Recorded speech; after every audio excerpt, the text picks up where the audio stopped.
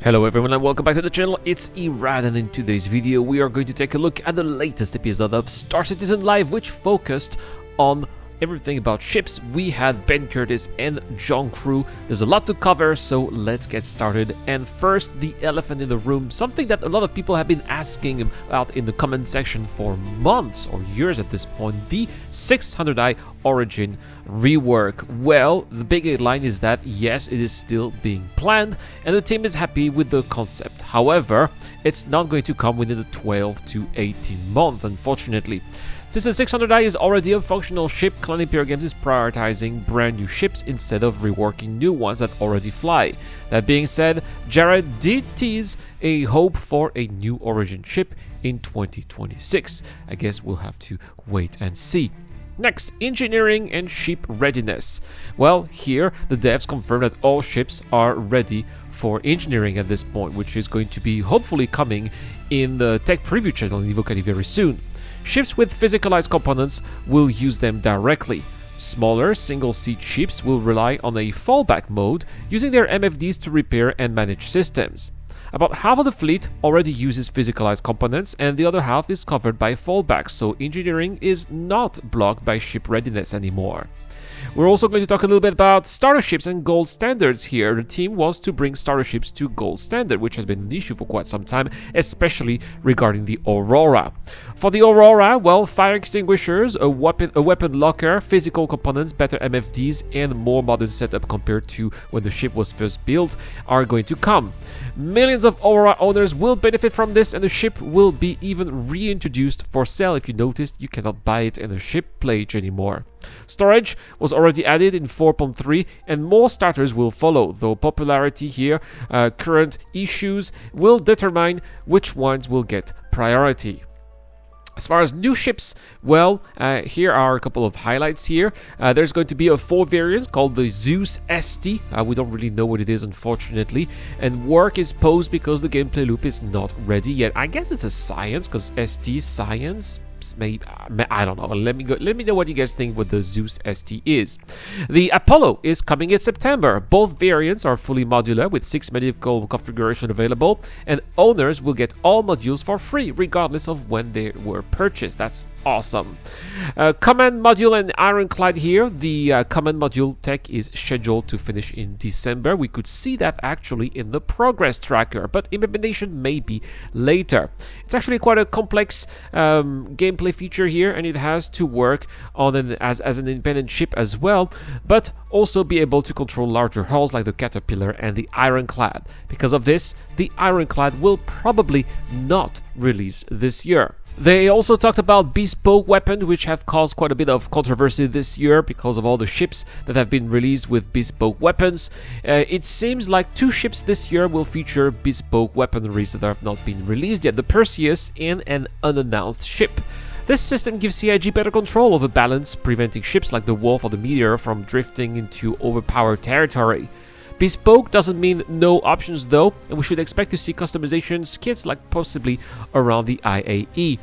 They also talked about the Raylan here, which is getting a major cargo increase to 32 SU boxes, or at least it should be able to carry 32 SU boxes while keeping its signature look. The Karak will eventually have its cargo pods reworked to slide down to the ground, but this requires a larger belly overhaul.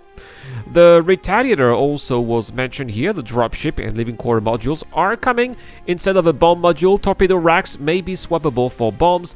John Crew even hinted that he would like to see a medical bay in the Retaliator. We also have some mentions of the PTV rework. I love the PTV, but it's one of the very first vehicles. I think it's the first ground vehicle we've had in Star Citizen, actually. And the G12, well, here both keep getting pushed back because of bigger priorities. The G12 was removed from the 2026 schedule, so we're not even going to see it in 2026, although the team still wants to finish the Origin lineup. They also mentioned backlog and concept ships here.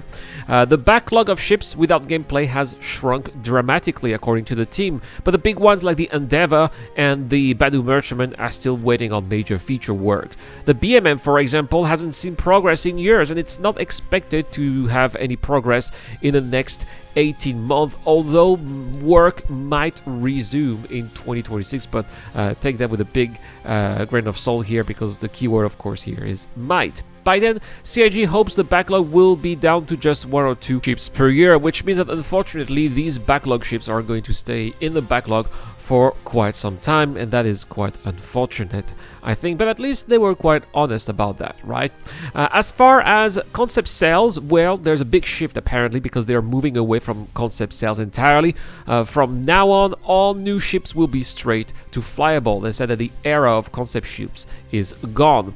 The only exception might be the Battlecruiser, which was a stretch goal from a very long time ago, and is currently an early concept and is said to be significantly larger and different than a Javelin. So we will see. Maybe we saw it in the Squadron 42 demo, who knows, right? Next, let's mention a little bit of the gameplay mechanics here. A few important updates were confirmed. Shields right now, well, they say that size 2 shields feel a bit too weak compared to size 3s. With engineering, we will be able to power 2 shields at a time. The rest will rotate in as backups, which should greatly narrow the gap. As far as armor is concerned, well, engineering will include damage threshold to stop exploits like breaking down doors with melee, which is a shame. I was really enjoying that. Longer term, Squadron 42's Maelstrom system will simulate this more deeply. Medical beacons are supposed to return in September alongside the Apollo, and some expanded medical gameplay as well, and also a clear difference between bed tiers. I'm really excited about this. There seems to be so much potential about medical gameplay in Star Citizen, but it always feels like it's a little underwhelming compared to what it can be.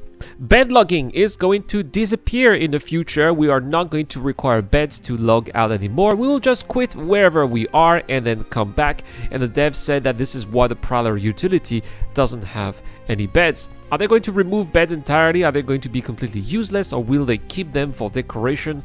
Or maybe we can, I don't know, I have no idea. Maybe they will find another use for those, time will tell.